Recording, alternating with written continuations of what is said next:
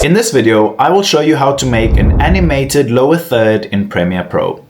If this guide helps, please consider liking and subscribing so others can see it too. What's going on, guys? My name is Kyle from Guide One. First, we need to add text to our video. Simply press T and select anywhere on your video and start typing. You can then resize and move this to your desired location by going to Effect Controls and scrolling on Position to move it on your X and Y axis.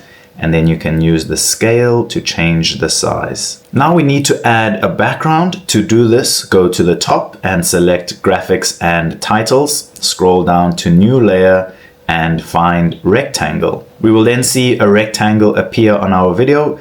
We can then size it and move it to our text.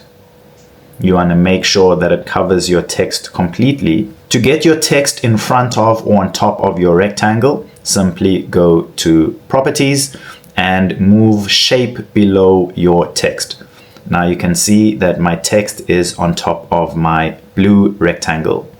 To change the color of this blue rectangle, make sure you have Shape selected.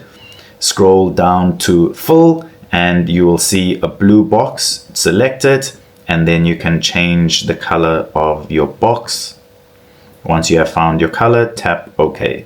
Now to make an animation out of this, go to Effects in the top left corner, search Cross Dissolve. Once you find Cross Dissolve, you can then drag it to the beginning on your timeline and drag it to the end.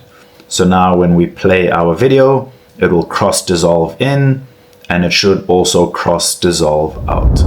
If this video helped, don't forget to like and subscribe.